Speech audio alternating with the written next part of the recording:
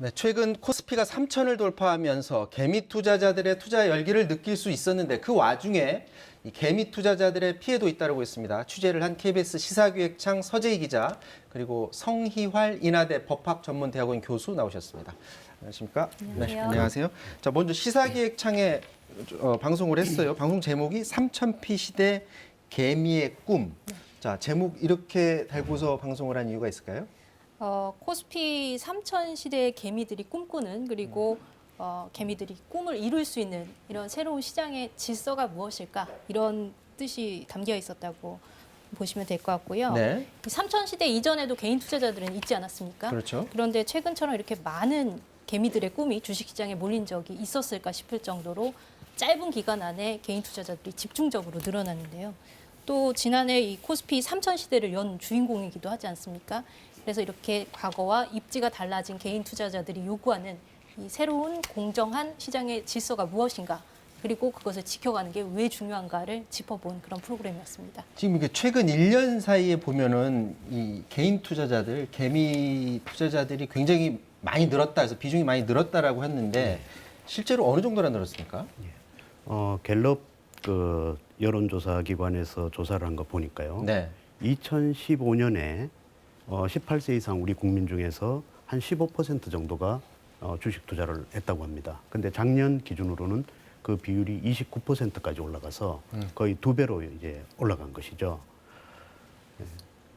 네. 지금 방금 이제 자막에 나갈 때 법학 전문대학원 교수라고 해서 일반 시청자분들은 아니 법학 전문하셨는데 어떻게 이 증시를 잘하나 생각하실 수도 있으실 텐데 실제로 이쪽 한국거래소에서 굉장히 오랫동안 일해 오셨지 않습니까? 그런 경험을 토대로 봤을 때 이전의 개미 투자자와 지금의 개미 투자자들 사이에 약간의 차이점이 좀 있을까요? 차이점이 많습니다. 세월이 흐른 만큼 많은 다른 점들이 보이는데 네. 제가 좀 놀란 게 지금 개미들은 과거에 흩어진 어떤 그런 흩어진 개미들이 아니라 굉장히 강력한 어떤 집단을 형성하는 스마트 개미다라는 게 이제 하나의 큰 특징이고요. 네. 또 하나는 연령층이 이제 과거에 비해서 굉장히 젊어졌다.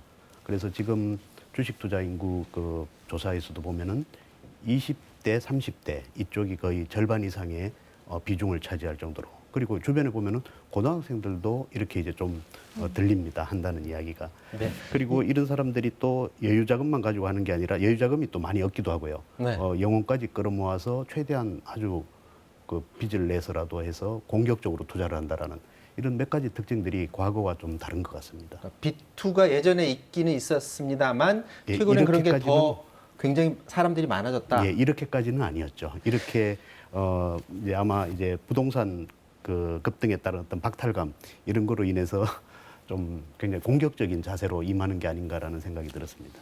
지금 요즘 유튜브를 통해서도 정보를 접할 수 있고 하다 보니까 이제 공부하는 개인 투자자도 굉장히 많이 늘었는데 최근에 이제 기울어진 운동장이라고 해서 이제 조만간 공매도가 이제 재개되게 되는데 이 공매도 논란이 지금 일고 있어요. 네. 자, 먼저 잘 모르시는 분들 많을 것 같아요. 공매도가 어떤 거죠?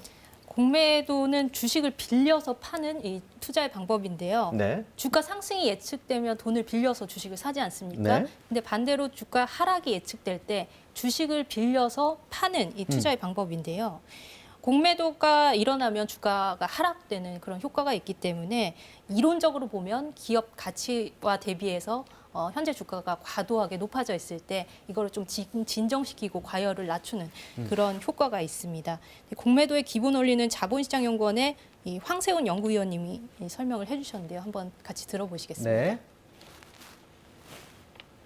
예를 들어 현재 주가가 10,000원이지만 분명히 8,000원 정도로 떨어질 것 같다라고 예상하는 투자자가 있으시다면 그러면 현재의 주가 10,000원 상태에서 주식을 빌려와서 공매도를 하게 되죠. 매도를 하게 되는 겁니다. 10,000원을 받는 거죠. 그렇다가 실제로 주가가 떨어지게 된다면 8,000원으로 예를 들어 그러면 8,000원의 주식을 되사서 빌려온 주식이기 때문에 반드시 갚아줘야겠죠. 그래서 주식을 되사서 갚게 되면 10,000원에 팔고 8,000원에 되사서 갚았기 때문에 그 차액 2,000원만큼을 수익으로 가져갈 수 있게 되는 거죠. 자, 저 부분에 있어서 교수님이 짧게 보강 설명을 좀 더 해주죠. 공매도에 분명히 순기능이 있었으니까 그동안 이 제도를 유지해 왔을 예. 거 아니에요. 어떤 면을 특히 강조하고 싶습니까? 일단 이론적으로 보면은 이제 거의 모든 이 투자론 교과서들이 이 시장의 어떤 균형 조절 기능을 한다라는 게 공매도의 가장 큰 특징입니다. 네. 그러다 보니까 역사적으로도 이 공매도 역사가 이제 한 400년 되는데 400년 동안 어느 시기에 또 어느 국가에서 공매도를 금지하기도 했지만은 결국은 그게 이제 시장의 어떤 자연적 질서를 회복하는데 가장 필수적인 기능이다라고 생각돼서 다 부활이 돼 있고 현재 전 세계적으로 공매도를 뭐 완전히 금지하고 있는 이런 국가는 거의 없는 그런 상황입니다.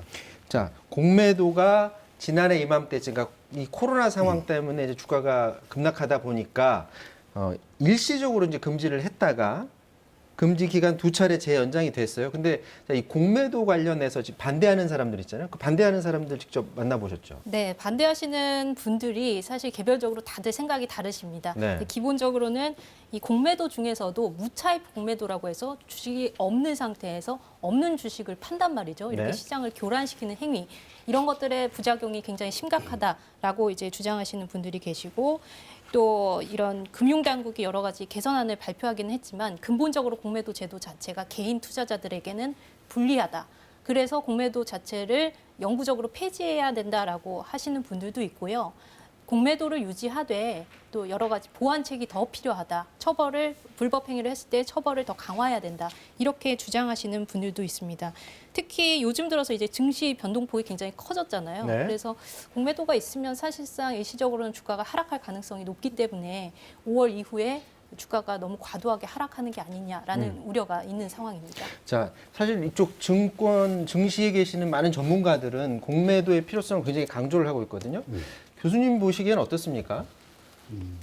저도 이번 2번의 연장을 하면서 굉장히 거의 국민적 논쟁의 대상이 되고 이랬는데 저도 다른 많은 전문가들과 마찬가지로 공매도를 우리가 계속 금지하거나 영원히 금지할 수는 어렵지 않은가 네. 그런 생각이 듭니다. 그 이유로는 아까 이제 말씀드린 대로 기본적으로 이론적으로 봤을 때도 시장의 어떤 질서를 조절하는데 필수적이라는 거, 그리고 또 역사적 경험으로나 또 현재 국제적인 어떤 그런 비교를 해봐도 공매도라는 것이 다 어느 시장에나 존재하기 때문에 그것은 우리도 이제 그것을 이제 좀 용인하는 쪽으로 이렇게 가야 되지 않을까라는 생각을 하고 있습니다. 근데 이제 이 공매도의 부정적인 생각을 개인 투자자들이 굉장히 많이 갖고 있는 이유 중에 하나가 이게 지나치게 기관한테 유리하게 설계되어 있는 것 아니냐. 예. 개인들한테는 불리하게 설계되어 있는데 이거 고치지 않고서는 이거 받아들일 수 없다라는 주장이 있는데 거기에 대해서는 좀 손질할 필요성에 대해서 어떻게 생각하십니까? 예, 맞습니다. 공매도 전체 물량에서 뭐 거의 99대 1이라는 그 숫자가 이제 보여주듯이 기관 외국인이 거의 대부분을 차지하고 네. 개인들은 거의 이제 하지 못하는 그런 편입니다. 근데 그게 제도 자체가 기관 외국인을 우대하기 위해서 이렇게 이제 기울어져 있다라기보다는 기관 외국인들이 이제 일반 개인 투자자들에 비해서 훨씬 신용도가 높고 이러다 보니까 이제 좀 자연적으로 그렇게 공매도가 많이 좀 되는 부분도 있습니다. 근데 이제 개인들의 그 어떤 박탈감이라는 것도 충분히 좀 이해는 가는 게 개인들에게는 그 하고 싶어도 할 수 있는 수단이 이제 없기 때문에 그래서 앞으로 이제 현재 정부에서도 이제 5월달에 공매도를 재개하지 않습니까? 그 동안에 많은 그런 이제 보완 조치를 해왔고 네. 자본시장법도 이제 개정이 됐고 그래서 그런 개인들의 그 공매도 기회를 조금 확충하는 쪽으로 이렇게 이제 많이 강구하고 있기 때문에 지금은 그런 정부의 어떤 조치를 지켜보면서 추후에 이제 다시 문제가 나오면 그때 또 논의를 하는 게 어떨까라는 그런 생각입니다. 자, 지금 그 서재희 기자가 이번에 이제 취재를 하면서 이제 또 하나 관심을 가지고 지켜봤던 게 바로 개미 투자자들의 피해, 그 피해를 오게끔 만드는 사람들이 바로 유사투자 자문사인데 유사투자 자문사인 줄도 모르고 그 자문 받아서 투자한 사람들도 많은데 이 사람들이 좋은 종목이라고 추천을 해놓고서 손해를 끼치는 그런 피해 사례들이 굉장히 많았다고요? 네, 지난해 하반기 이후로 저희 KBS로도 제보가 상당히 많이 들어오고 있거든요. 네. 이 좋은 정보가 있다고 해서 가입비를 내고 이제 정보를 받았는데 네. 오히려 뭐 손실을 받고 가입비를 환불받지도 못했다 이런 내용들입니다. 저희가 취재한 사례도 가입비 250만 원을 내고 네. 바이오주를 이제 추천받아가지고 매수를 했는데 결국 투자 손실은 손실대로 보고 네. 가입비 전체를 못 돌려받았다 이런 내용이었는데요. 환불을 이제 요구했을 때 이 업체가 어떻게 반응을 하는지 한번 같이 들어보시죠. 네. 가입금액 250만 원을 180일 이렇게 나누면 13,889원 이렇게 나오거든요. 여기다가 이게 그러면은 사용료 수수료가 현재 86만 1,118원 이렇게 나오고 해지 수수료는 보시면은 1,800만 원 10%에서 180만 원 나오거든요. 네. 근데 지금 해지하시면은 받아갈 게 없습니다, 사실. 자, 가입비 250만 원인데 위약금이 180만 원이다. 이게 상식적으로 참 납득하기 어려운 얘기인데 당연히 가입 당시에는 이제 이 설명이 달랐습니다. 가입 당시에 어땠는지 한번 들어보시죠. 위약금 10%랑 일할 사용 요금만 제외하고는 다 취소 환불 처리해드려요. 일단은 위약금은 25만 원 발생하시고요. 65만 원에서 75만 원 정도 빠지실 거예요. 환불은 거의 150만 원 이상 환불을 해주겠다 이런 내용이었는데 완전히 이제 환불을 요구하니까 말이 바뀐 거죠. 그리고 최근에는 또 어떤 사례들까지 나오고 있냐면 이제 자동 매매 프로그램이라고 해서 당신이 바쁘니까 대신 프로그램이 알아서 수익을 내주겠다 이런 식의 이제 프로그램 판매가 늘고 있습니다. 근데 이게 자동 매매 프로그램이라는 게 이제 들여다보면 투자 일임업, 투자 자문업 같은 이런 전문적인 어떤 제도권 금융사만이 할 수 있는 상품이거든요. 근데 이것을 증권사와 제휴를 맺어서 증권사에 이름을 달고 증권사 계좌로 돌아가게끔 이렇게 나오기 때문에 소비자들은 이게 정식 불법 상품인지 합법적인 상품인지도 모른 채로 가입했다가 이 허술한 프로그램에 손실만 키운 채로 이제 결국 피해를 당하는 그런 사례들이 늘고 있습니다. 지난해 금감원이 그 불법 혐의로 적발한 유사투자 자문업체가 49곳이라고 합니다. 그럼에도 불구하고 저런 피해 사례들이 계속 잇따른다는 거는 금감원이라든지 우리 정부에서 제대로 관리가 지금 안 되고 있는 건가요? 어떻습니까? 현재 가장 근본적인 원인이라고 하면은 자본시장법상에 지금 유사투자자문업자가 신고제라는 제도 하에서 규제를 받고 있다는 점일 겁니다. 신고요? 예. 그러니까 금융업이라는 거는 전체 산업 중에서 가장 규제가 좀 심한 부분입니다. 그래서 진입을 굉장히 엄격하게 통제를 하고 인가제도나 등록제도로 이렇게 이제 통제를 하는데, 근데 이 유사투자자문업자는 원래 이제 음지에 있던 부티크 업체를 양성화시킨다라는 차원에서 최소한만 우리가 감시하겠다라는 그런 생각을 했기 때문에 신고라는 좀 어정쩡한 제도로 이렇게 이제 도입을 해서 지금 제대로 관리 감독이 안 된다라고 이제 볼 수 있습니다. 자, 이제 3천 시대가 도래했는데 뭐 최근에 보면 잠깐 3천 밑으로 지금 내려가고 있습니다. 개인 투자자들 중에 정보를 자기가 샅샅이 찾아보지 않고 투자하는 사람들도 좀 꽤 있는 상황인데 현 상황에서 우리 개인 투자자들한테 꼭 이것만은 지켜서 투자를 해라. 만약에 당부하고 싶은 게 있다면 어떤 게 있을 수 있을까요?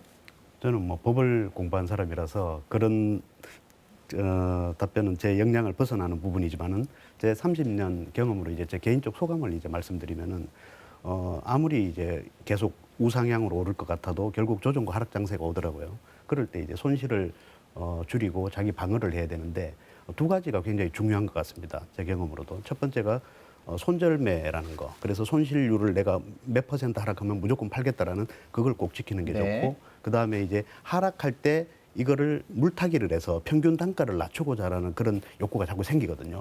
이거를 줄여야만 손실을 더 키우지 않고 어느 정도 감내할 수 있는 수준에서 방어할 수 있지 않을까, 그런 생각을 합니다. 지금 방금 말씀하신 거 굉장히 중요한데 사람들이 그 손절매를 한다든지 이런 네. 원리는 알지만 행동을 옮기는데 굉장히 주저하는 경우가 많은데 교수님 말씀 좀 명심해서 투자자들 특히 초보자들 좀 명심을 해야 될 것 같습니다. 여기까지 하도록 하겠습니다. 지금까지 성희왈 교수 서재희 기자였습니다. 두 분 말씀 고맙습니다. 예, 감사합니다. 네, 1년 앞으로 다가온 대선 한 달도 채 안 남은 재보궐선거까지 정치의 계절입니다. 중앙선거방송토론위원회가 주관하는 2021년 제1차 정당 정책토론회가 내일 오전 10시부터 12시까지 KBS 1TV를 통해서 생중계됩니다. 관심 있는 분들의 많은 시청 바라겠습니다. 사사건건 마치겠습니다. 고맙습니다.